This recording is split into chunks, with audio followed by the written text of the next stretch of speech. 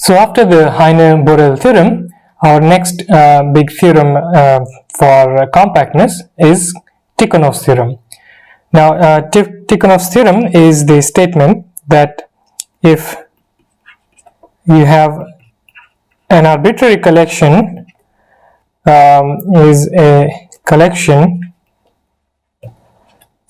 of compact topological spaces,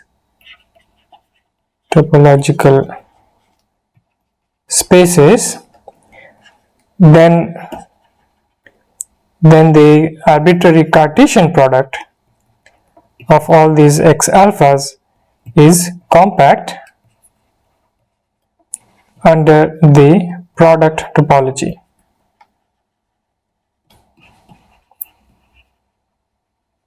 So as for connectedness, we choose the product topology on the arbitrary Cartesian product rather than the box topology. Now, even though this statement of the Tychonoff's theorem is about compactness, it turns out that, so let me write this as remarks. So the first remark is that Tychonoff's theorem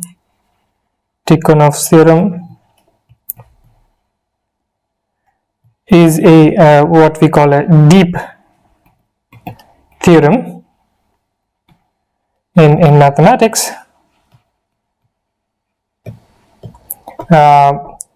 touching the very foundations of mathematics, of mathematical logic and set theory, touching the foundations of mathematics. And in fact, Tychonoff's theorem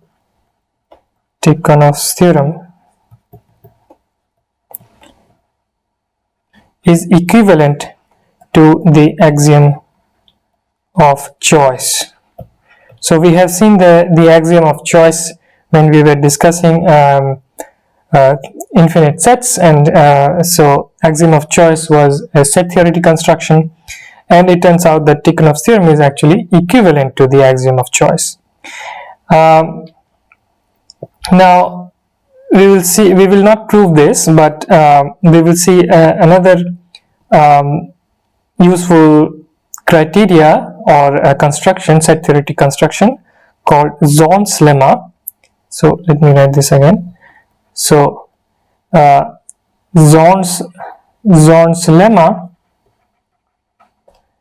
is a set theoretic statement equivalent to the axiom of choice, and we will use Zorn's lemma. So we will show that Zorn's lemma actually implies Tychonoff's theorem, and so of course Zorn's lemma is equivalent to Tychonoff's theorem, to the axiom of choice, sorry.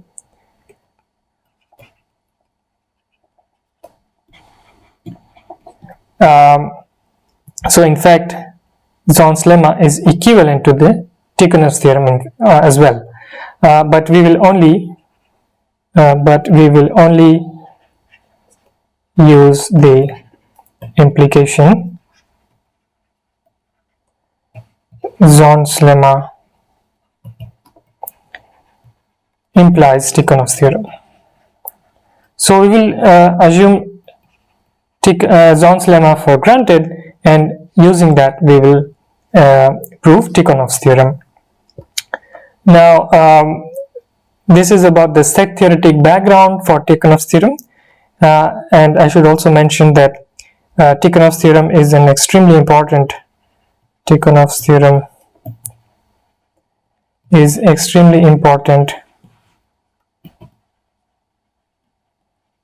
for applications within topology,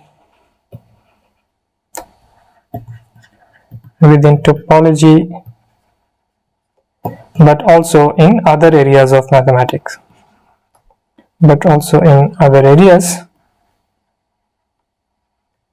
of mathematics, for example in analysis. So either you can think of a real or complex analysis or functional analysis, and Tychonoff's theorem is applied in these topics to prove different results. So this is just a bit of a background for Tychonoff's theorem, and let me go back to the statement. So the statement is just that if you have an arbitrary collection of compact topological spaces, then the Cartesian product under the product topology is compact. Okay. So as I said, we will use Zorn's lemma, and Zorn's lemma is used in conjunction. So in conjunction with another idea, which is called the finite intersection property. And the finite intersection property is a characterization of compactness,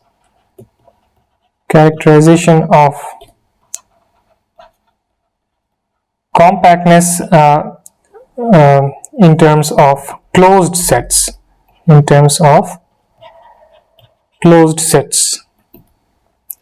So we have seen the definition of compactness in terms of open coverings, and the finite intersection property translates that definition in terms of closed sets, and we will see that both definitions are equivalent.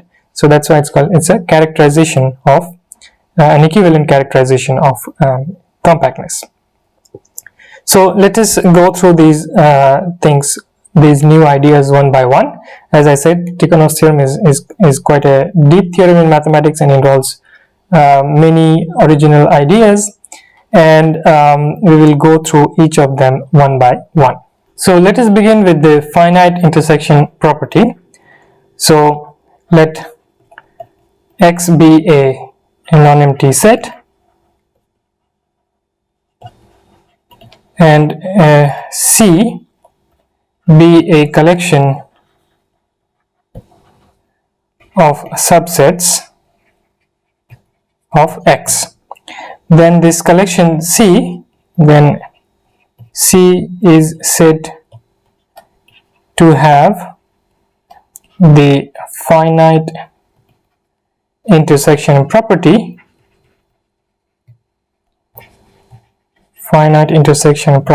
or FIP in short,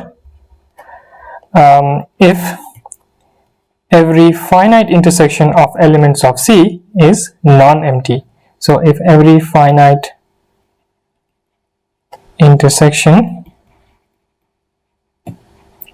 of the form C1 intersection C2 intersection Cn is non-empty for C, so when all Ci's belong to this collection Ci in 1 up to n.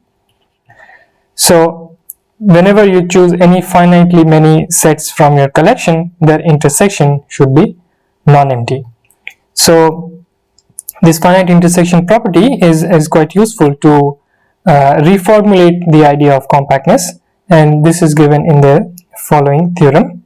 So here's the theorem. So it says that a topological space X is compact if and only if. So this is an equivalent condition for being compact. So for every collection C of closed sets in X having the finite intersection property, the intersection of all sets in C is non-empty. So we have the intersection C over all the elements of this collection script C.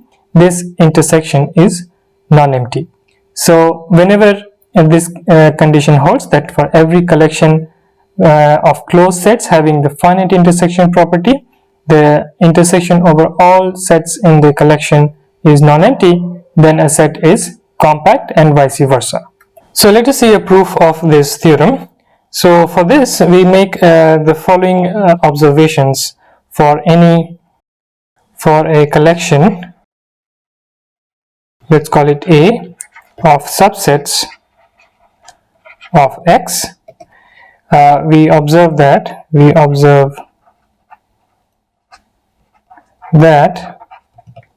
so first of all, if the collection A has only open sets, then the collection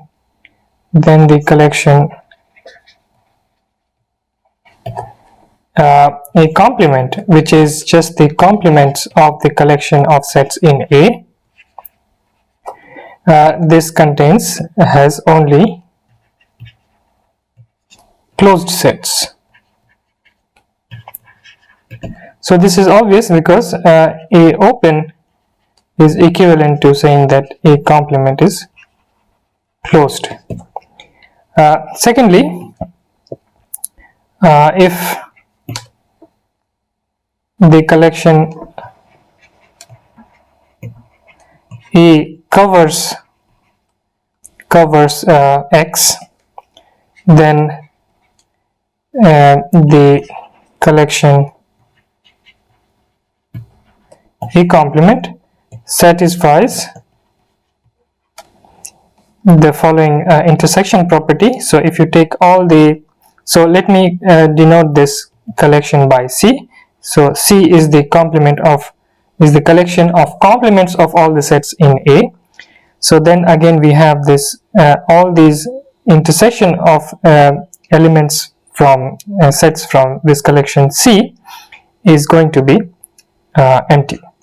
And this is simply because of the fact that if you take the complement of this equality on both sides, you will get, so take complements, you will get that the union of the complements of this set C, such that C belongs to C complement. So the union of these sets C complement, where C belongs to the collection C, is equal to X, but this is equivalent to saying that the sets A belong to A have their union equal to X, because these complements are exactly the complements of the sets from the collection A. And similarly, and the third point is that finite subcollection, let's call this A1, A2, AN of this collection A, covers X. So it is this finite subcollection is a subcover of A. So this covers X if and only if the intersection of A I complements I equal to 1 to n, this is empty.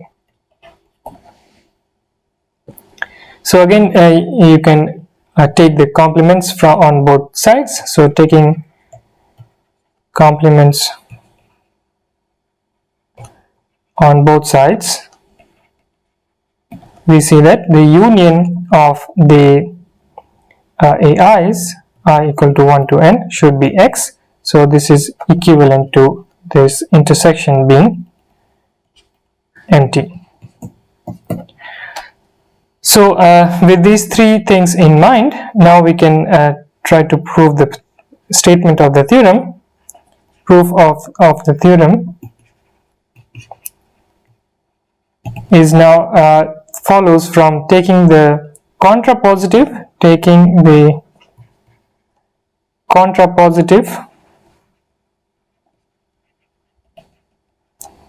of compactness, of the definition of compactness, and then taking the complements of the sets,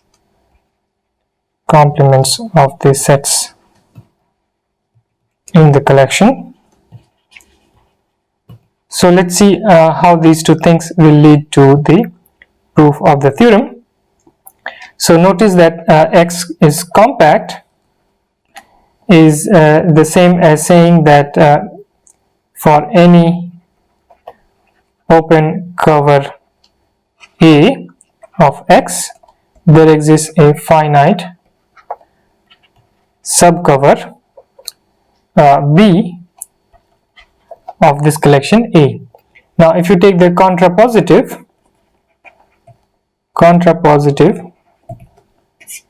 then the contrapositive of this statement here, it says that given any collection of open sets A, if there are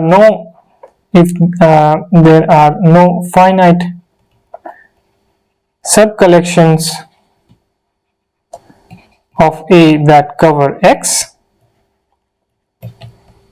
then the collection A does not cover X. So this is the contrapositive of this statement. And now we will take the if you take the complements of these collections in the set A, in the collection A, then taking the complements, we get that given any collection of closed sets C, if the intersection of finitely many sets in C is non-empty, then the intersection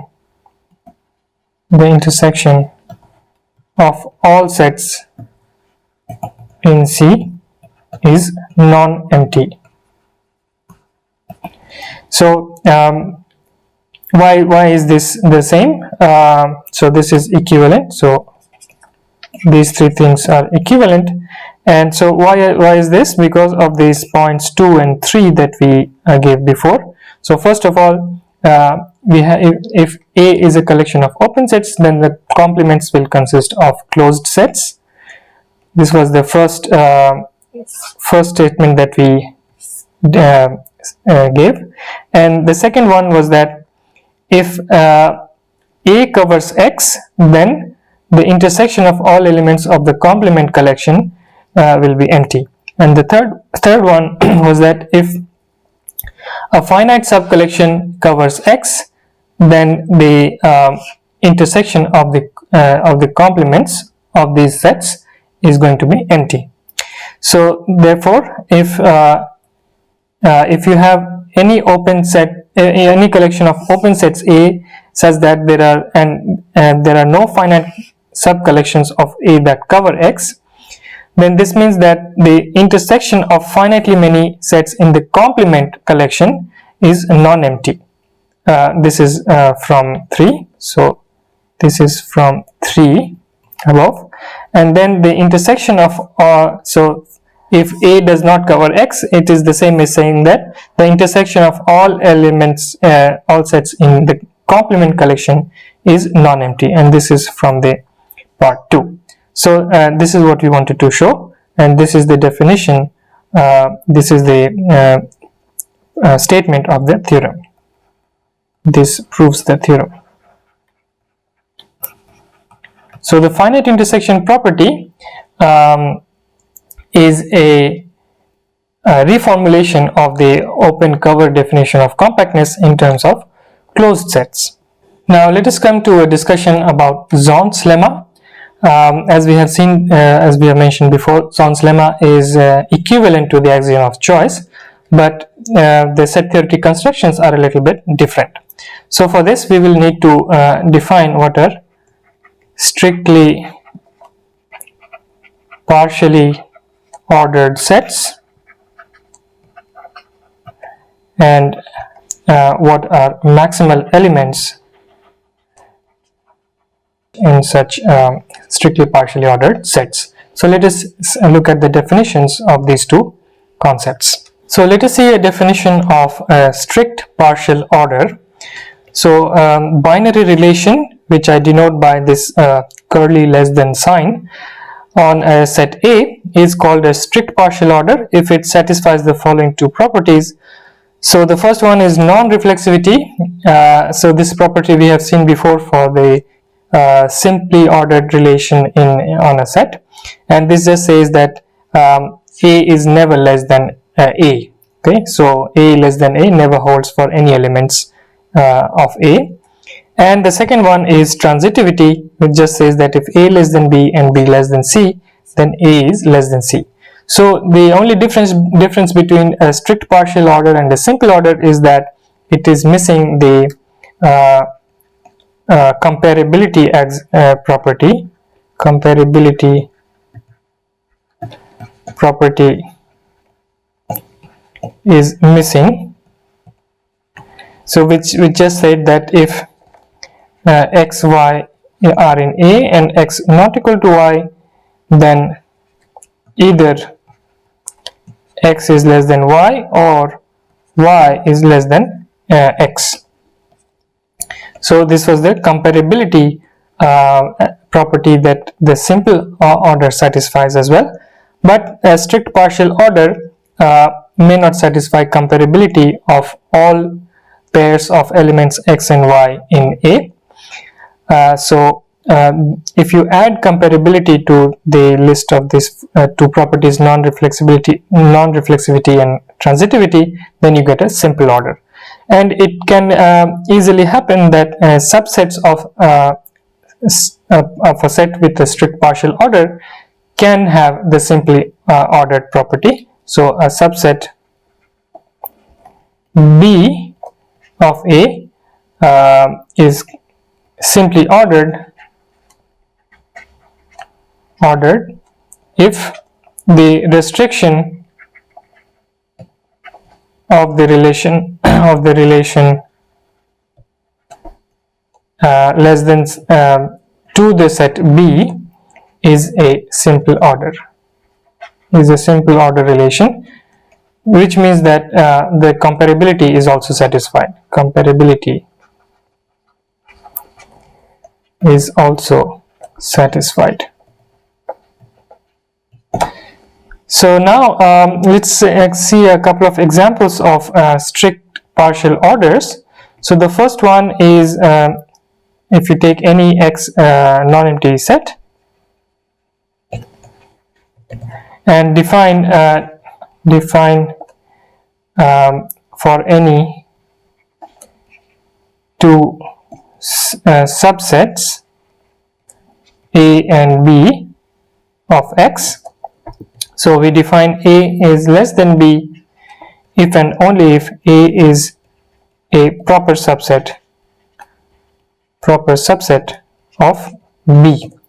So as you can check, A is never a proper subset of itself, so it satisfies non-reflexivity. And of course, if A is a proper subset of B and B is a proper subset of C, then A is a proper subset of C. So it also satisfies transitivity. On the other hand, there can be subsets of X such that neither A is a proper subset of B nor B is a proper subset of A. So for example, take any two sets with a non-empty intersection, or if they are disjoint, then neither is a proper subset of the other, and so they are not comparable in this strict partial order. So this is a strict partial order on the collection of subsets of X, so on the power set of X in fact, and this is the strict partial order that we will use to prove Tychonoff's theorem. But there are many other examples of strict partial orders. For example, if you take X to be R2 and define for 2 points X, which is x1, x2, and y, which is y1, y2. So X is less than y if and only if x1 is equal to y1 and x2 is strictly less than y2. So now this strictly less than sign here is just this order relation of real numbers, and so this just says that if you have 2 points on the on the Euclidean plane which are which have the same x coordinate, so they lie on the same vertical line.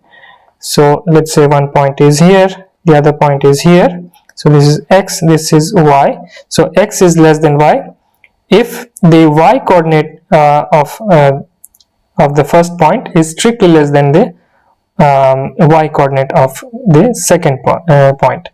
On the other hand, if you have 2 points with different x coordinates, then there is no comparability between x and z, because you must have to compare 2 points, you must have the x coordinates to be the same.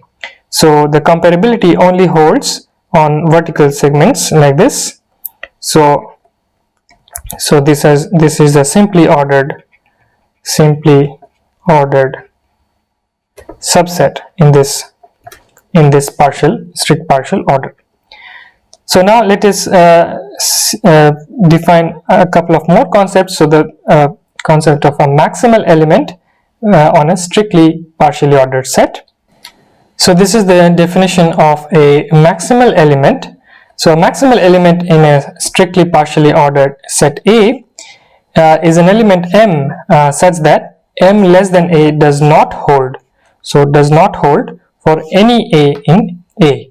So there is no element in A which is strictly greater than M. And so this is called a maximal element. In fact, one can have many maximal elements within a set because of the lack of comparability. There may not be a unique maximal element. And now if you take a subset B of A, an upper bound is defined as before, and this is an element C of A such that for any element B of this set B, either B is equal to C or B is strictly less than C. So with these terminologies we can state what is Zorn's lemma. So Zorn's lemma says that if A is a strictly partially ordered set, so this means that A has a strict partial order defined on it such that every simply ordered subset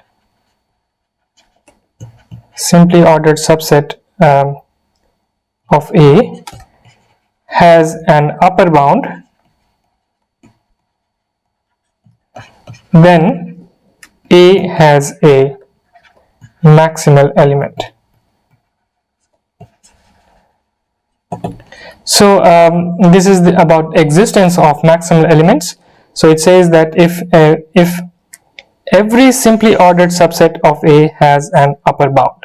So if you take a subset which is in which the comparability property also holds, and it has every such set has an upper bound, then A has a maximal element. So just to show that you can have strict partial orders in which there are no upper bounds, we can simply go to the example of R2 with the strict partial order defined as above. So we had x less than y if and only if x1 equal to y1 and x2 strictly less than y2. Then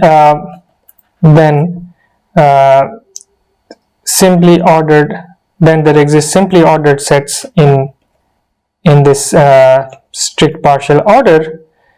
Then there exist simply ordered subsets of R2 such that they do not have an upper bound. So for example, if you take so this is the Euclidean plane, and if you take any vertical line, this is a simply ordered subset as we saw before, but there is no upper bound for this simple order, because if you have any point here, you can go higher and there will be a higher point. So it's just a copy of the real line with the usual ordering, and so it does not have an upper bound.